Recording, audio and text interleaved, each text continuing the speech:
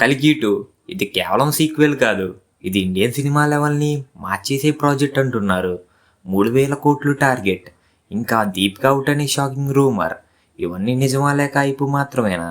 ప్రస్తుతం Indian cinema global లెవెల్లో ఎదుగుతుంది. వారణాసి, రామాయణం, రాకా వంటి భారీ ప్రాజెక్టుల మధ్య కల్కి 2 వీటికంటే పెద్దగా ప్లాన్ చేస్తున్నారంట.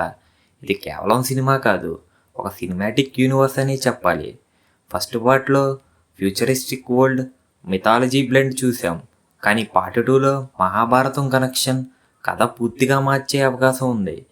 అంటే ఇది సీక్వెల్ కాదు, ఎక్స్పాన్షన్. ఇప్పుడు వైరల్ అవుతున్న బిగ్గెస్ట్ రూమర్ దీపికా పదుకోని అవుట్. ఆమె వర్కింగ్ స్టైల్ వల్ల ఇష్యూస్ వచ్చాయని మేకర్స్ రీప్లేస్ చేశారనే టాక్. కానీ ఇప్పటి వరకు అధికారికంగా ఒక కన్ఫర్మేషన్ లేదు. అంటే ఇది ఇంకా రూమర్ స్టేజ్లోనే ఉంది.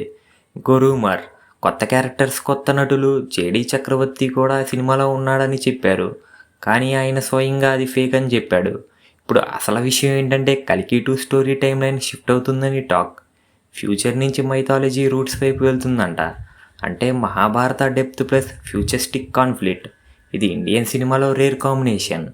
ఇప్పుడు బిగ్గెస్ట్ క్వశ్చన్ ఏంటంటే 3,000 కోట్లు పాజిబులా?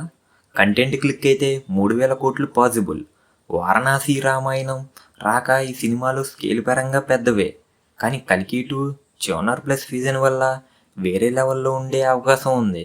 ఇది నిజంగా బిగ్గెస్ట్ ఇండియన్ ఫిలిం అవుతుందా లేక హైప్ మాత్రమేనా? మీ ఒపీనియన్ కామెంట్లో చెప్పండి.